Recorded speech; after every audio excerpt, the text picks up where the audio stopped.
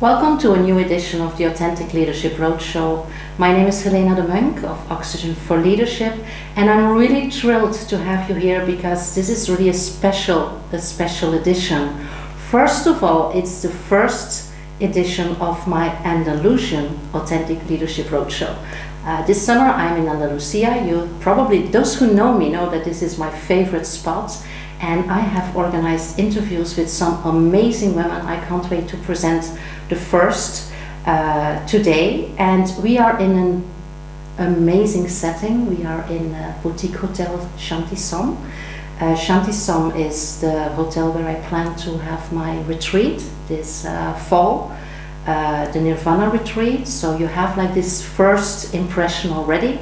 But let's not talk about that any longer. I'm just so enthusiastic to have you here, Claudia.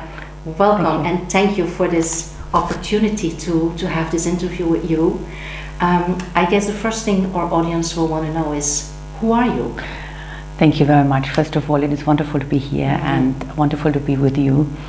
And I like the question, who are you? Well, in the past, I could have given you a long list of who I am right now in that space. Actually, it's a good question because I believe that the moment we put too many labels on it, we are limiting our whole life experience.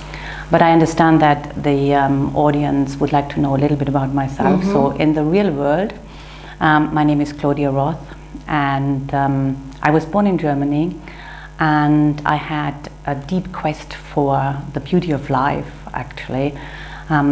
And when I was 17, 18, 19, 20, that's when I started to understand that my life would be outside of Germany. I went to London. I established myself there. I lived in Paris as well. I then moved to Hong Kong, which was an amazing experience. Back to Frankfurt, but still always living in London, so I commuted for 10, 12 years. And now I live in London and also here. That's why we share that love for this place. It's amazing. I mean, that lifestyle gives you a lot of energy. And this morning when I woke up, I was very grateful to know that I'm here and I'm actually living my dream. To meeting you, to engage with people who share that passion to change the world, inverted commas, in our own little way by showing up who we truly are. So my background professionally is luxury hospitality. What does that mean? That is a good question. I was drawn always as a teenager to be engaged with people of different nationalities, cultures.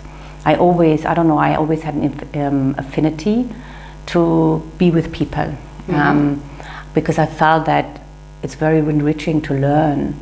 And I thought, okay, what could I do? Science is certainly not for me.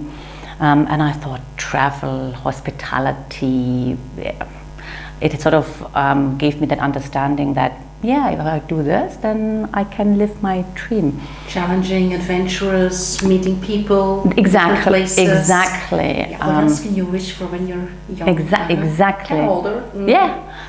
So I decided hotels would be the best, or would be fun, would be a great career because I love also luxury. I love the best of the best. I must be honest here. So I thought, travel, hospitality, meeting people, having also an opportunity to progress quickly in hospitality. If you're really good, if you work hard, if you are smart, then you can progress very quickly, which was the case.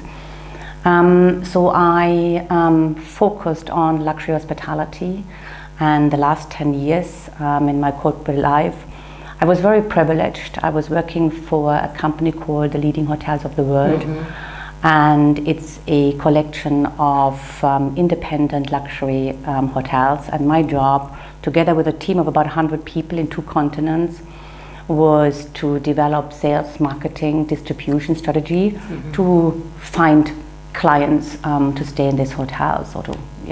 It was an amazing experience because when you fly around the world, staying in the most beautiful hotels. Yeah. However, yeah, I was just going to say, and still you're not doing it anymore. No. What happened? That's a good question. I couldn't really understand what was happening in the last 4 years of that 12-year tenure, because suddenly I felt a certain emptiness. Yet I was having my dream job. It's considered a dream job in the industry. I was very successful. I could see how the job was my calling, but inside myself I felt something happening, and I could not understand it, because I couldn't quite work out why would I be unhappy living my dream. And that created a lot of inner tension. And I went through a very difficult time because I just couldn't understand what was happening. So one day, during my travels, usually I would leave on a Sunday night or Monday morning and travel really the whole week, coming back on a Friday or Saturday. So I was on the road. It was very tiring, but I didn't feel like that. I had the energy. But suddenly, when that sort of that dissatisfaction started, also the traveling became harder. It suddenly, oh my God, I have to pack another suitcase. I have to go to the airport again. Sunday, sitting at the airport on Sunday afternoons, I was starting to cry because I could see that everybody else would be sitting at home or doing something with their families, and I had to travel. Nobody told me I had to, but that's how you feel. So I sensed that something was happening inside myself, but I sort of pushed the thought away because I should be happy to do this job. Of course, yeah. And I can't show anything. So I flew to Paris, stayed at the beautiful Paris, the Ritz in Paris, amazing hotel. And whenever I traveled, I was treated as a VIP, because obviously the hotels knew that the purpose of me being there is getting business for them. So the red carpet, inverted commas, but sometimes, red carpet was laid out. So I went to my room, it was the evening, and beautiful suite with own sauna, and I love saunas, and it was actually the winter time, so it was actually very, very nice. But I was sitting in the room and I was doing my work, and my job, because working internationally, is 24/7. So I remember I was in bed, beautiful large bed, very comfortable, and I was doing my emails on, at the time, BlackBerry, and another email was pinging in, another email, and you work. And I fell asleep. Next morning I had to get up early, going to a breakfast meeting. I went into the bathroom, a huge, very nice big bathroom, very glamorous, big mirror, and I looked in the mirror, and I saw a big BlackBerry imprint on my face. Oh my God. Yes, exactly. Yeah. Oh my God. I just realized what was happening. I fell asleep on my BlackBerry, and that was really my life. I became exhausted, but yet I was... Yeah, so you didn't use the sauna, probably? No, I didn't, no, because you don't have time, You didn't make time. Exactly, that's a good point. At the time, I was not prepared, in my way of seeing it, to make time, because my self-image, and that's the point, didn't allow me to make time. So I had to be... You had to be professional, operational, yes, alert. Yes, exactly. That was my self-image. Yeah. So coming back to the story, I was in the bathroom looking at myself, and I suddenly felt sort of something coming up, a thought from above, entering my whole body, and it told me, the world outside has shifted, but I hadn't. And that awareness triggered something in me. So I started on my journey understanding what was happening. So that was your wake-up call? Wake-up call, yes, yeah. yes. I guess it's not as simple as it sounds, because this awareness is one thing, but then reorganizing or resetting your life is another thing. Helena, you put it so beautifully and so right. that was just a trigger. And I didn't even know what that trigger meant. Because every time when I had this feelings, of frustration, sadness, and this negative, when these emotions of conflict, I push them away because I'm supposed to be happy. Yeah. This is my dream job. I recognize that with a lot of my coaching clients. Yeah. I should be happy. I should be happy, yes, yes. And then I call my husband and say, my husband says, you should be happy, think where you are. And I said, I couldn't say anything. People would kill for exactly. it. And I said, yeah, you're right, because I thought I'm not going into this, man may, see a little bit different. I thought I had no interest to go down that route and justifying myself and explaining myself, because my husband is a very rational, well, if you have a problem, then change it, kind of. Yeah. But obviously it's not that easy, because you are, my whole identity was linked to my job. Everything, my whole lifestyle, who I was, the people I knew I was engaging with, the worth I had in society. I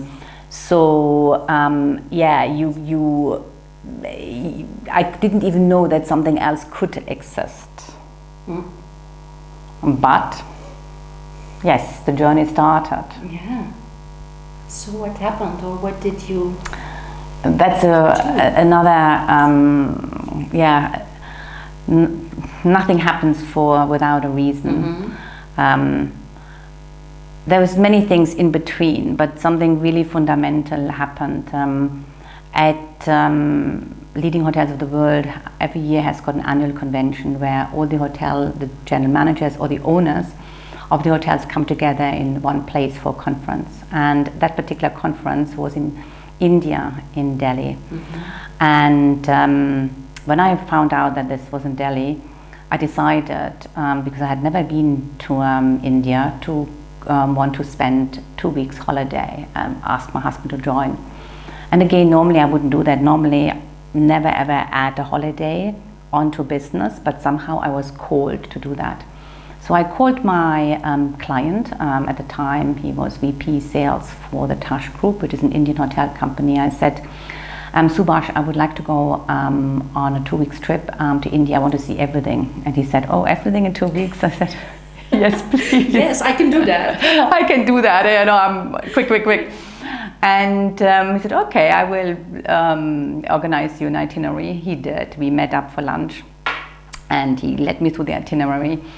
And on the itinerary was a place called Pondicherry. And Pondicherry is in the south of India. You fly into Chennai and then you take a taxi car for 2 hours. And I couldn't understand why I was led to going to Pondicherry. But I said to myself, and when I then presented the itinerary to my husband, and he asked the same question, why are we going to Pondicherry? I said, Billy is my name of my husband. I have no idea, and let's don't even go into why. Just believe that that's supposed to happen. My husband couldn't quite work this one out, but I didn't have time to think and to research and to change. So it was your intuition? It was your... I just did it, you just don't have the time, because my mind was on business, not on planning my trip. So the day came, we had an amazing conference in Delhi, because Indian hospitality is amazing. I mean, I had so many highlights in my career, and I'm sharing that because that also is tied up with the self-image, and that my thirst for experiencing life to the fullest.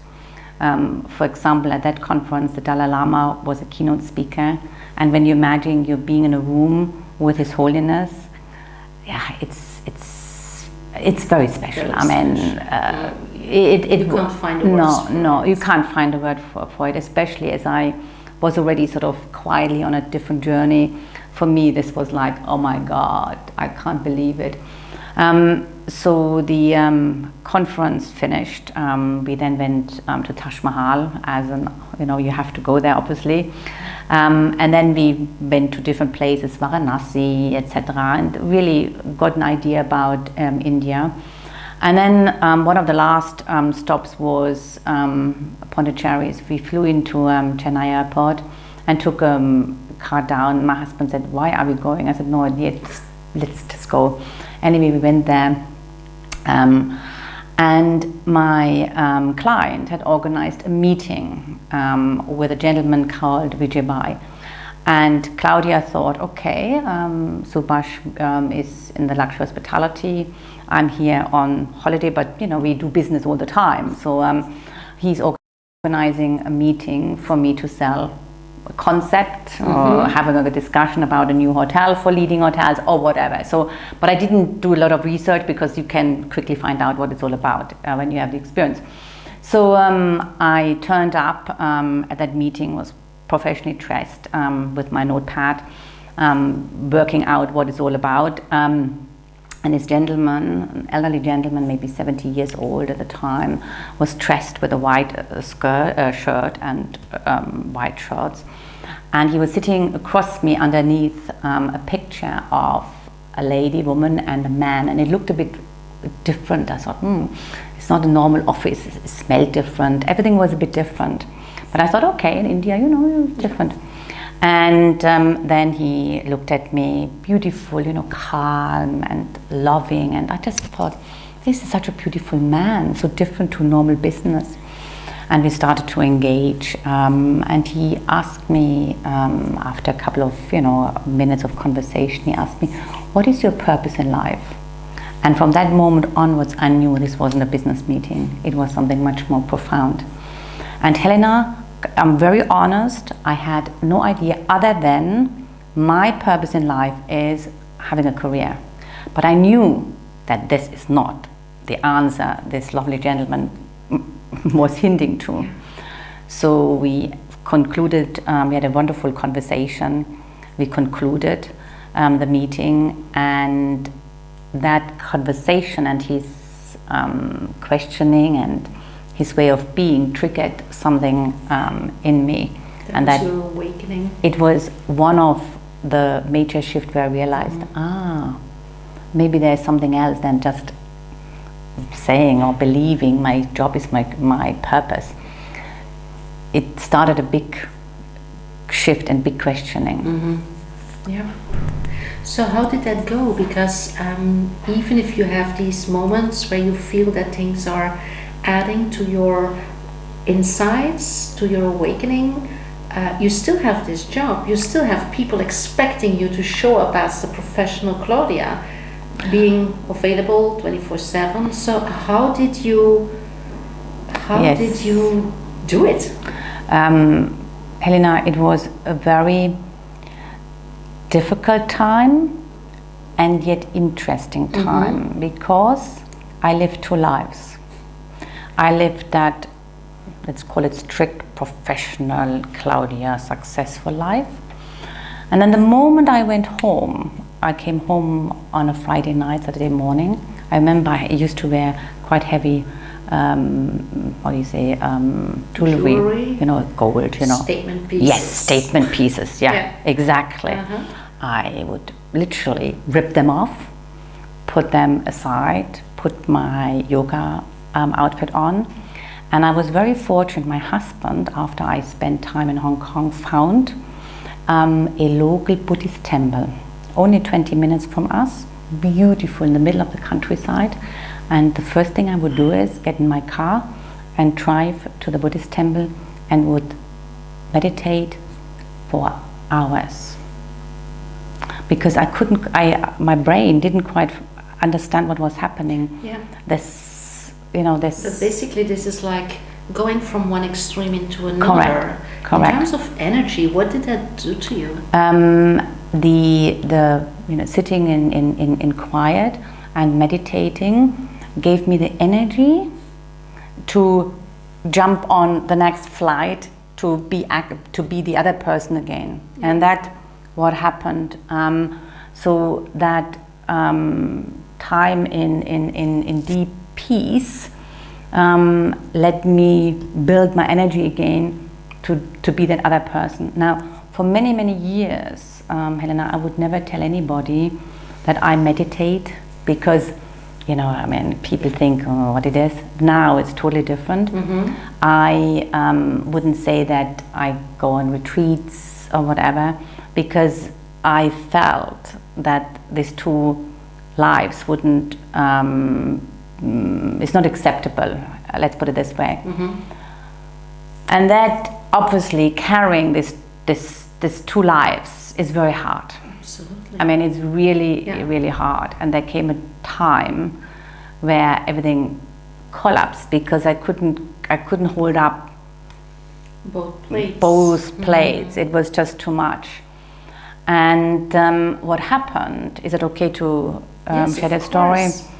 And I found that very fascinating and also very interesting for the audience, because that's where that other major shift happened, which I know unlocks so much. I went back to Pondicherry, but not exactly to Pondicherry, even though I stayed there as well, but about 10 minutes or 20 minutes from Pondicherry, there is a spiritual community called Oroville.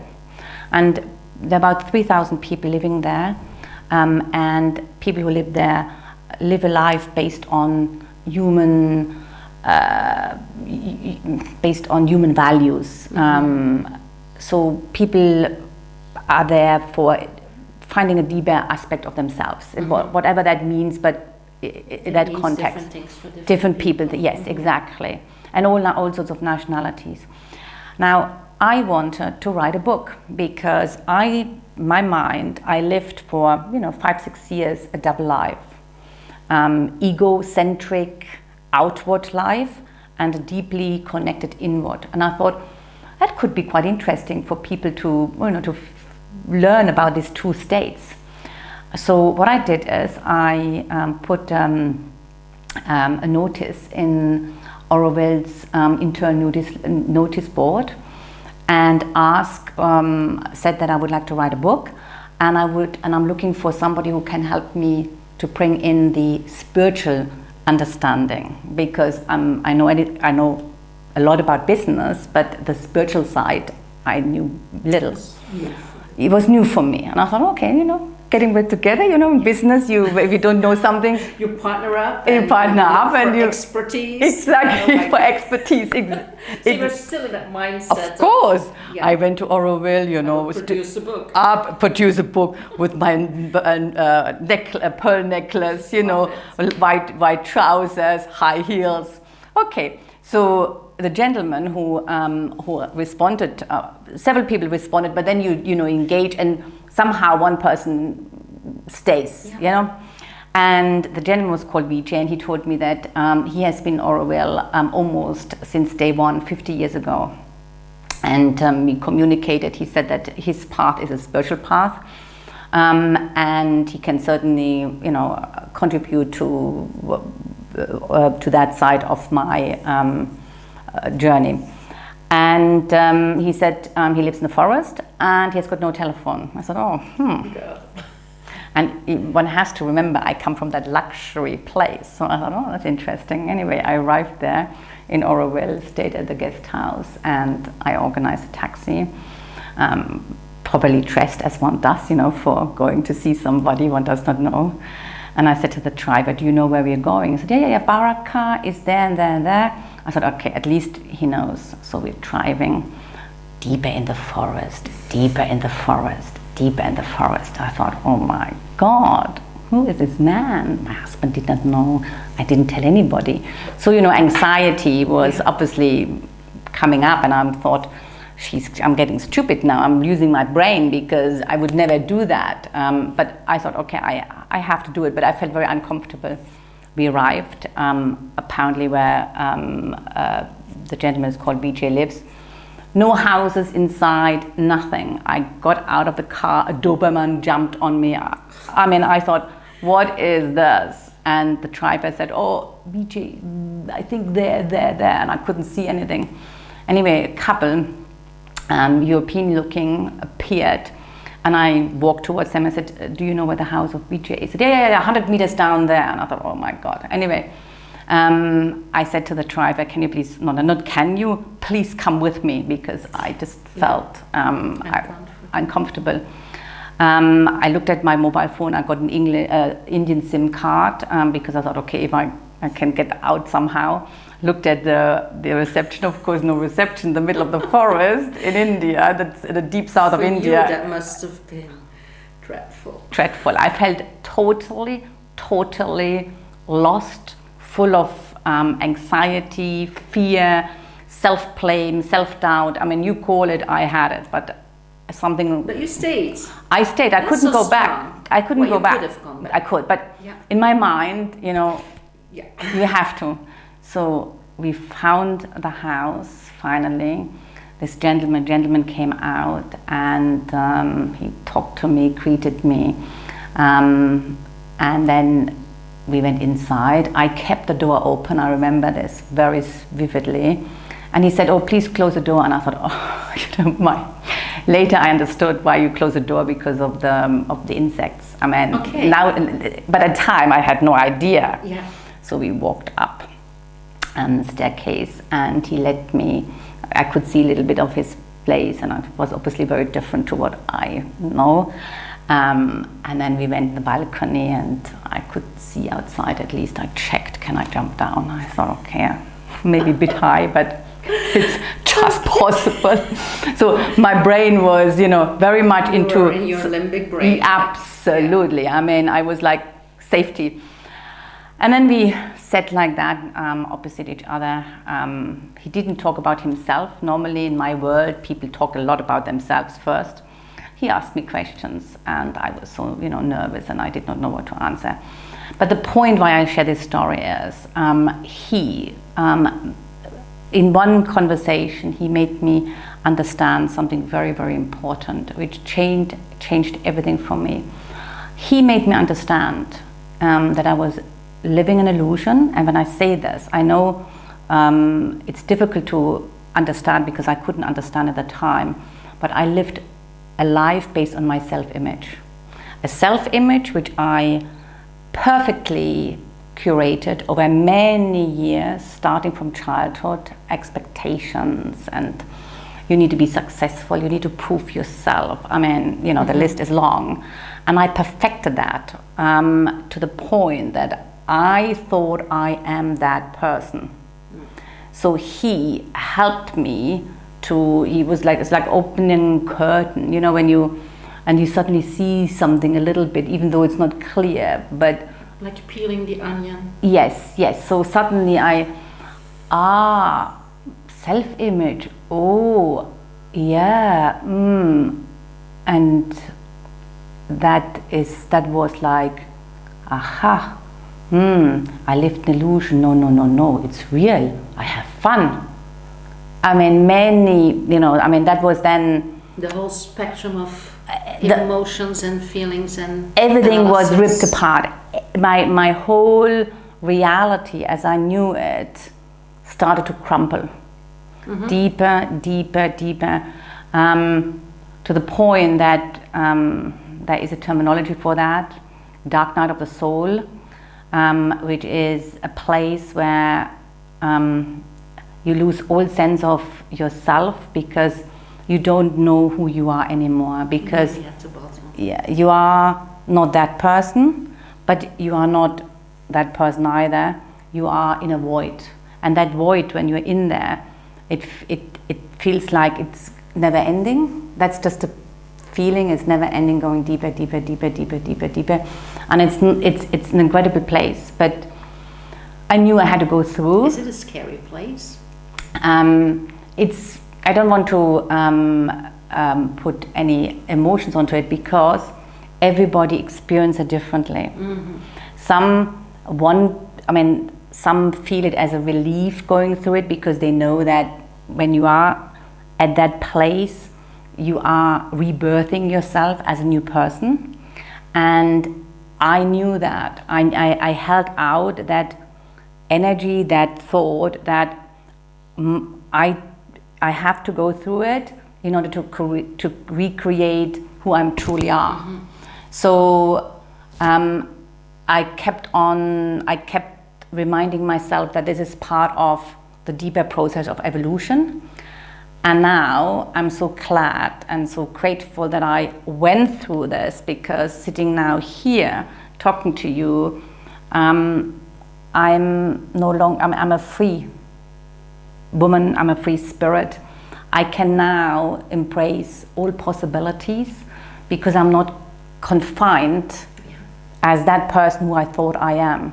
So now it's like, oh my God, the world has opened up to a beautiful place of everything. But it's not the most what do you say? It's quite a tough place, to put it mildly. I can imagine. I mean, you're really very, very courageous, because when I look at the world in general, very few people do this, are open to explore who they really are and change their worlds, change their view on who they are, and especially on who they want to be. Yes. And also take the action. And I guess not doing that is creating so much stress and tension with so many people. Yes. I could have stayed in that corporate world. Mm-hmm. My choice. Yeah. I could have taken another job, maybe even a better job, more money, more success. But if you think the trade-off, I would have traded deep happiness, deep fulfillment. I would have been cutting off my life chi. Mm-hmm. So what is better is to follow your calling or stay stuck and enjoy the trimmings, but actually even the biggest, highest, the success, all the outward signs of success is not the solution. And what I'm learning, Elena, is that people may not really know what's really going on, but they feel something. They feel that they are, the typical word is burnt out, I'm stressed, I'm stuck.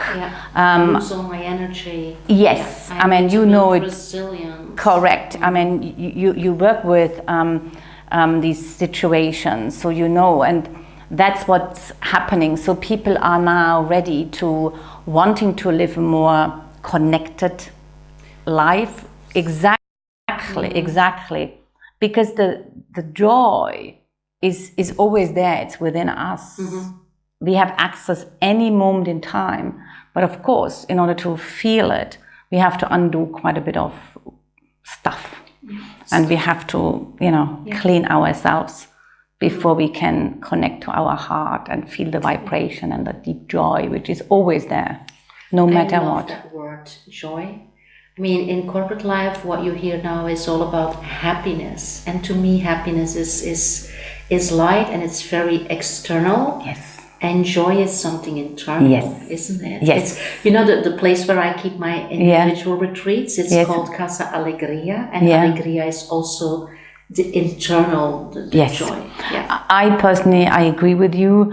Everybody talks about, I want to be happy, but happiness is for me the same. It's, happiness. An external state. Yes. Mm-hmm. And joy is... joy, to really experience joy, you can only experience deep joy when you are connected with yourself, and then everything is there. It's the beauty of who we truly are. It's feeling our existence, actually. Absolutely. And that's the biggest gift we can give to ourselves. Yeah. I would never have experienced that biggest gift, that joy, if I kept on running after satisfying my self-image, because that self-image would have given me even more to thrive, because obviously you don't want to stand still, so you will more. It's that race where so many people. It's a race, yes, and it can lead to exhaustion, to physical illnesses. I mean, mental health issues. Yeah. Splitting up with partners, or everything. So the deep joy resides in ourselves. Yeah. That's an amazing story. I mean, it's so courageous to do it. It's so courageous to share it. Please tell the audience, what do you bring in the world right now, and also how can people connect with you if they want to to know more, if they want to learn more? Yes. What I do now is I really let my joy guide me, because I believe when you give everything, when you do everything from a place of joy, everything comes to you. But what I do is couple of things. I will soon publish my first journal, and that really was written from a place of joy and deep connectedness, and it's a 28-day journey to self-love. Because what I learned through all this, only later, that you can only be in joy when you really love yourself. And loving yourself has nothing to do with selfishness or anything like that. It is actually connecting to your deepest essence. So I do that, and I run retreats based on that concept. But I also work individually with people who are really interested in that deep transformation. That's really what I enjoy. And then also on another side, I'm also the co-founder of a healing summit, which brings together change makers from around the world, which are there to create the paradigm shift. And that's a beautiful work. And I work with luxury lifestyle brands, which want to create, who want to shift their product offering, service offering into that new space. So I like everything I do is based on that deeper transformation. Yeah. And that's where my passion is. And in the meantime, I continue my journey, because there's never an end to it. It's never ending. I completely agree. That's amazing. Thank you so much for Thank sharing you, that. Thank you. Amazing. So I'm going to make sure that you have all the information that you need in order to connect with Claudia. We are here in a very inspiring spiritual space. I think connecting with you is also very inspirational. Thank you. I can only invite you, encourage you to find out more, because I know that we are all looking for something that goes a lot deeper than what we are doing in our daily lives. I feel it with the people I work with in my coaching. I feel it with the people that are coming to my retreats. Yes. You feel it. I make sure that you can also contact Claudia to buy the beautiful journal that you are publishing very soon. And it's up to you. It's an open invitation. You're very welcome to join this movement. Yes, it's a movement. It is. It's a movement, and people are waking up, because society, the pressure we are under, is tremendous. There's so much changing, and the biggest gift is to awaken to your own truth. Absolutely. And we all hold it within ourselves. Yeah. Thank you so much. Thank you. And thank you for watching this edition, and we're looking forward to welcoming you in this other space. Thank See you you later. Thank Bye. you. Bye-bye. Bye-bye. Thank you.